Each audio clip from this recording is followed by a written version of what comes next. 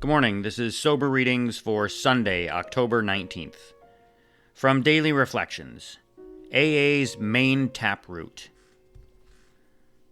The principle that we shall find no enduring strength until we first admit complete defeat is the main taproot from which our whole society has sprung and flowered. That's from the 12 Steps and 12 Traditions, page 21 to 22. Defeated, and knowing it, I arrived at the doors of AA, alone and afraid of the unknown. A power outside of myself had picked me up off my bed, guided me to the phone book, then to the bus stop, and through the doors of Alcoholics Anonymous. Once inside AA, I experienced a sense of being loved and accepted, something I had not felt since early childhood. May I never lose the sense of wonder I experienced on that first evening with AA, the greatest event of my entire life. From the 24 Hours book, the AA Thought for the Day. Do I realize that I do not know how much time I have left? It may be later than I think. Am I going to do the things that I know I should do before my time runs out? By the way, what is my purpose for the rest of my life? Do I realize all I have to make up for in my past wasted life?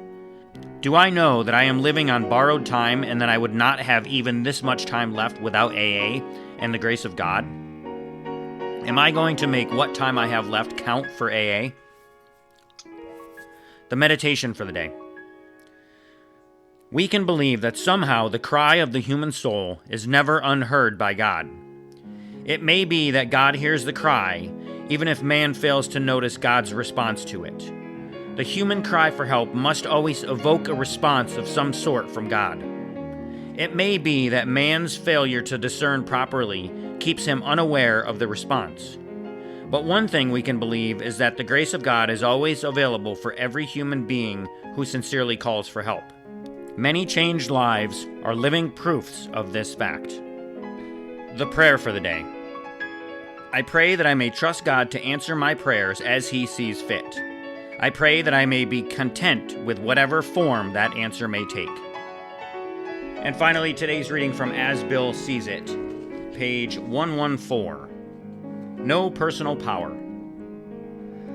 At first, the remedy for my personal difficulties seemed so obvious that I could not imagine any alcoholic turning the proposition down were it properly presented to him. Believing so firmly that Christ can do anything, I had the unconscious conceit to support that He would do everything through me, right then and in the manner I chose. After 6 long months, I had to admit that not a soul had surely laid hold of the Master, not excepting myself. This brought me to the good, healthy realization that there were plenty of situations left in the world over which I had no personal power. That if I was so ready to admit that to be the case with alcohol, so I must make the same admission with respect to much else. I would have to be still and know that He, not I, was God. That's from a letter written in 1940. And that's it for today's readings. Thanks for listening. Until next time, don't drink, go to a meeting, and keep coming back. Have a great day. And as my friend Larry says, best day ever.